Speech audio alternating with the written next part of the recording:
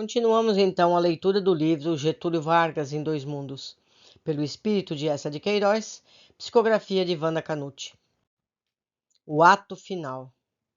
Aquele dia se encerrou, cheio de maus presságios para o seu espírito, e uma nova manhã chegou. Quando compareceu para o trabalho, desabafou com o irmão José os seus receios. Parece que não descansei nem um pouco. Minha mente trabalhou muito durante todo o tempo, desde que o deixei ontem, e o meu coração está confrangido. Já lhe recomendei mais de uma vez que não tenha receios antecipados. Deve analisar-se como se sentia antes de ter iniciado esse trabalho.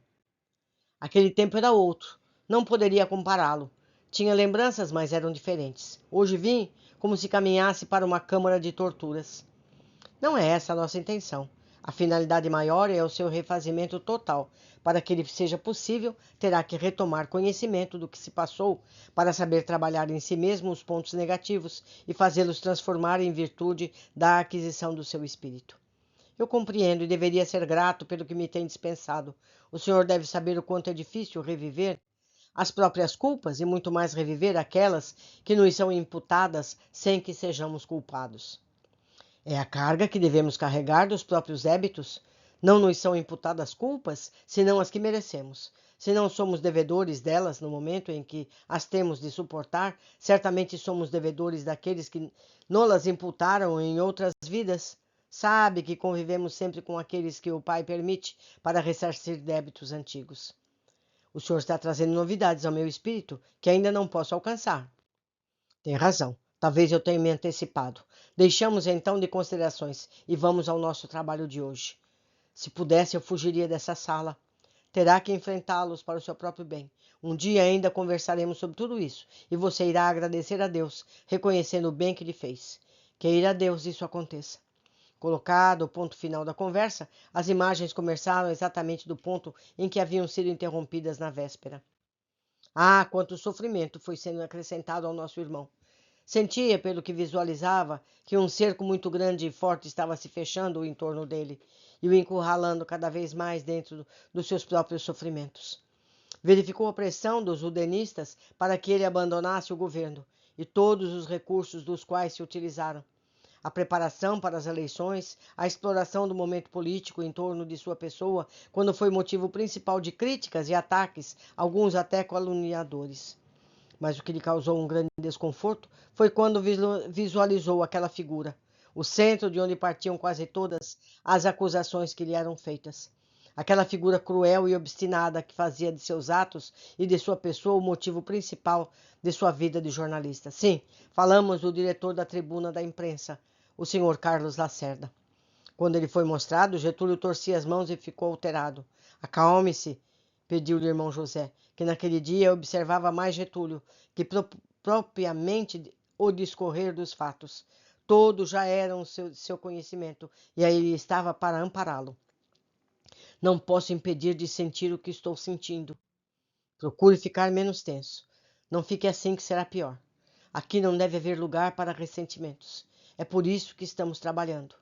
Não são ressentimentos nem ódio, mas sentir-me apavorado por tudo o que ainda virá.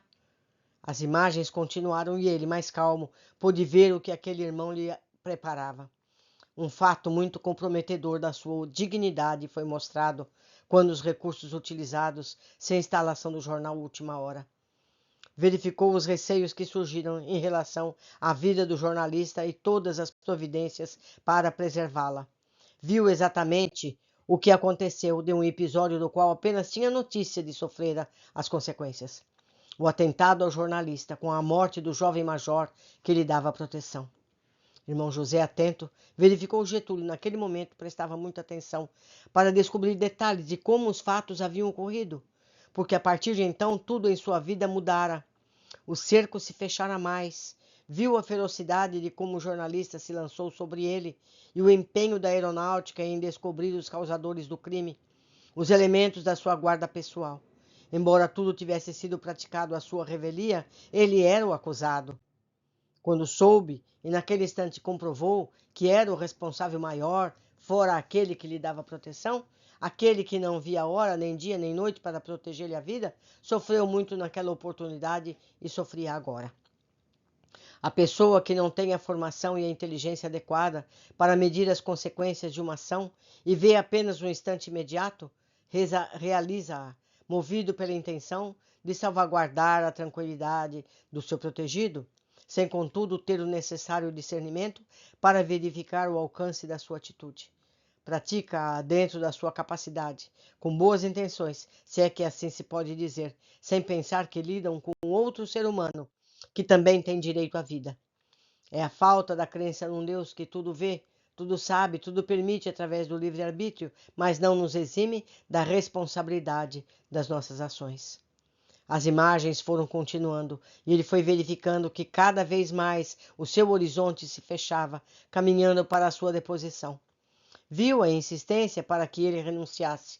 Viu a proposta do seu vice Café Filho e também quando o documento dos oficiais das Forças Armadas pedindo a sua retirada do governo lhe chegara às mãos.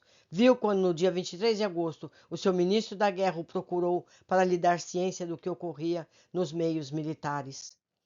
Pôde ver como estava apreensivo e abatido. Viu a reunião ministerial que ele próprio determinara. Ah, aquela reunião tão importante em sua vida, tão inútil ao mesmo tempo. Viu a participação da sua querida filha, viu a apresentação daquele recurso fatídico com o qual concordara, e no seu licenciamento para o retorno posterior. Viu também quando a notícia foi levada à reunião dos militares, obtendo como resposta que sua licença seria definitiva. Nesse momento, Getúlio, um tanto confuso, desarvorado, pediu ao irmão José que interrompesse as imagens. Sentia-se esgotado e não queria ver mais nada.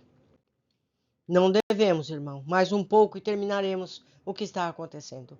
Não sei. Daqui para frente não sei mais nada, mas tenho um receio muito grande. Sinto que algo tenebroso me aguarda. O que será tenebroso para você? Não sei, não sei, não sei. Ele estava se desesperando. O orientador, falando-lhe ternamente, incitou-o a que terminasse e logo retirariam. Tenha calma, lembre-se de que é apenas uma visão, de que o irmão está aqui no mundo espiritual, recebendo o amparo e o auxílio para seu espírito. Não se preocupe do que poderá ver, não tenha receio de nada. Como lhe disse, seja o que for, já aconteceu. Por que não consigo saber de mais nada?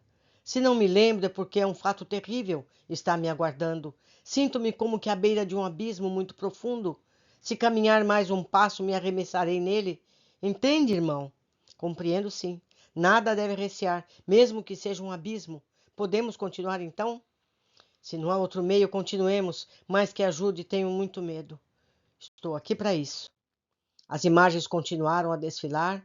Ele viu-se em seus aposentos, tendo terríveis pensamentos, após a notícia do seu afastamento definitivo, levada pelo irmão.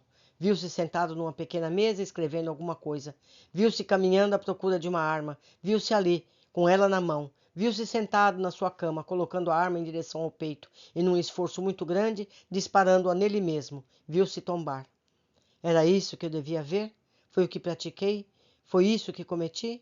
O irmão viu tudo em detalhes, não viu? Sim, mas eu preciso que me esclareça. O abismo no qual eu próprio me devia arremessar era esse? Acho que agora devemos sair daqui. Tudo está terminado.